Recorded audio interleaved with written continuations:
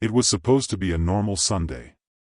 Emily and her brother Michael, like they had countless times before, were cleaning out old boxes in the attic, their laughter filling the empty spaces of their childhood home. But what started as a familiar moment turned into a nightmare. Emily would never have imagined that just hours later, she would be standing alone in the woods, her hands caked in dirt, watching the earth swallow the body of the brother she once loved. The family's bond shattered that day, when the desperation of a lifetime's worth of resentment finally boiled over. And now, Michael was gone. But Emily wasn't the only one searching for answers. The detectives are piecing together a chilling truth, one clue at a time, uncovering the dark secrets that had festered in the shadows of their relationship for years. Growing up in a modest home in Oregon, Emily and Michael were inseparable in their early years. But the balance of their relationship began to tip as soon as their father left. Michael, always the golden boy, effortlessly won the adoration of their mother, while Emily, the responsible older sibling, was left to pick up the pieces. The contrast between them couldn't have been more stark. While Michael ran free with his charm and careless attitude, Emily found herself often stuck with the responsibilities, taking care of the household chores and trying to keep the peace. At first, she didn't mind. But as time passed, a growing resentment built inside her. Her mother doted on Michael, and Emily couldn't help but feel abandoned and invisible. Though Michael wasn't intentionally cruel, his carefree nature made Emily feel less than. When Michael's effortless popularity in school and with friends took center stage, Emily's quiet existence in the background began to gnaw at her. The bitterness started small, passing comments, seething glances, but over the years, it festered. She loved him, yes, but she hated how easy his life seemed, and the fact that no matter how hard she tried, she could never seem to win her mother's favor the same way Michael did. Years later, Emily had settled in Oregon, a local schoolteacher, keeping to herself. She had always tried to bury the resentment and build a life that was separate from her family's drama. Michael, on the other hand, had drifted from one reckless life choice to another, including a string of failed relationships and poor decisions that kept him constantly moving, never really taking responsibility for anything. When he returned home unexpectedly, claiming he had nowhere else to go, Emily felt her world shift. Their reunion was awkward at first, strained and distant. But it didn't take long for the old patterns to return. Michael had a knack for manipulating the situation, drawing attention to himself, while Emily once again found herself stuck in the role of caretaker. One evening, the tension reached its breaking point. Michael, intoxicated after a night out, stormed into the living room. The old habits, his arrogance, his taunts, were all back. "You always were the good girl, huh? A failure with no backbone. Pathetic. You think your little life matters?" Michael spat, a sneer twisting his lips. Emily's chest tightened. All the years of self-doubt, all the resentment she had buried, came flooding back. The words were too much to ignore. "You don't know anything about me," Emily retorted, her voice cracking. "You never have." The argument escalated, harsh words echoing through the house as Emily's anger burned hotter. Every word Michael spoke dug deeper into the wound she had carefully hidden for so long. She had spent years pushing him away emotionally, but now, the seething hatred she had suppressed was about to explode.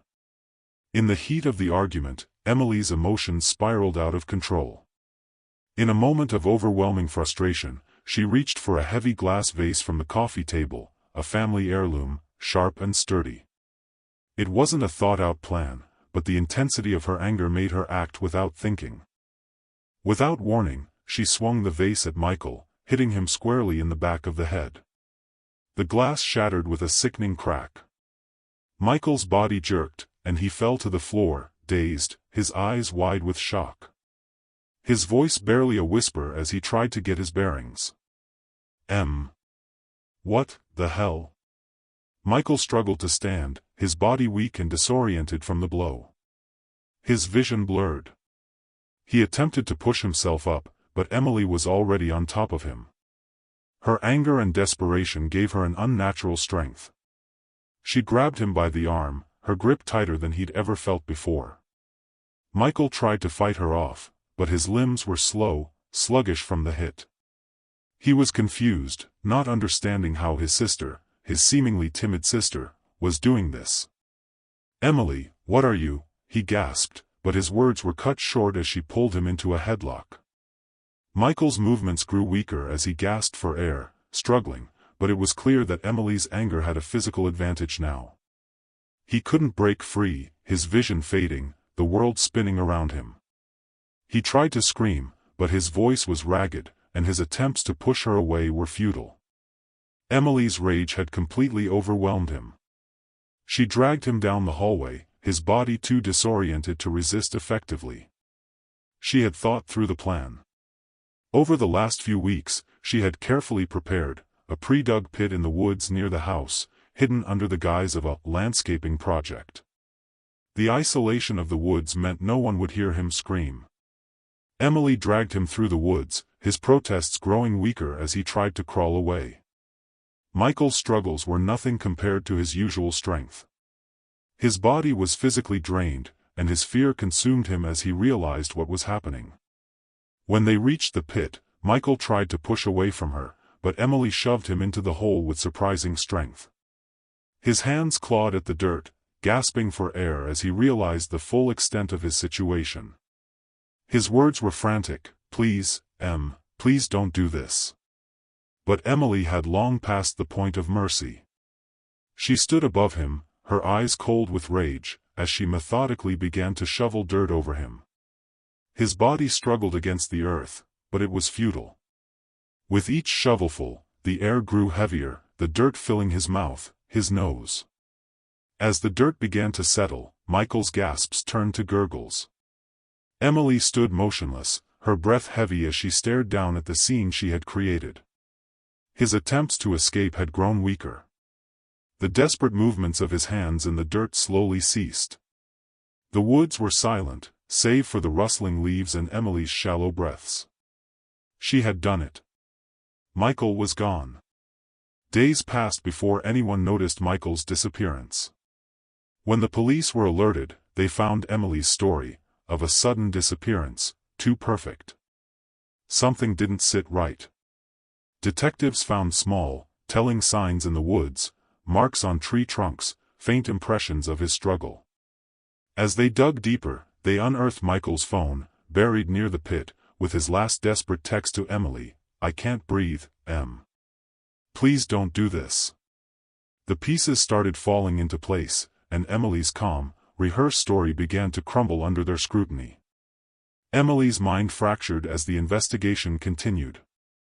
The guilt crept in slowly at first, subtle, but undeniable. She had wanted it. She had planned it. And now, she was trapped. Every question, every word from the detectives felt like an insurmountable weight pressing on her chest. Her facade was breaking, and with each passing day, the burden of what she had done grew heavier. The final blow came when the detectives uncovered a letter Michael had written years ago, hidden in a drawer. The letter revealed his secret feelings of guilt and insecurity over their relationship, revealing that he had been planning to leave, to get away from the suffocating hold of their past. In the end, Emily had buried him, not just in the earth, but in a web of unresolved pain and resentment. She had buried him alive to hide from her own guilt and jealousy. And in her quest to bury Michael, she had unknowingly buried herself too. Thanks for watching. If you enjoyed this story, don't forget to like, comment, and subscribe for more thrilling content. Hit the bell so you never miss a mystery, because some stories are darker than imagination.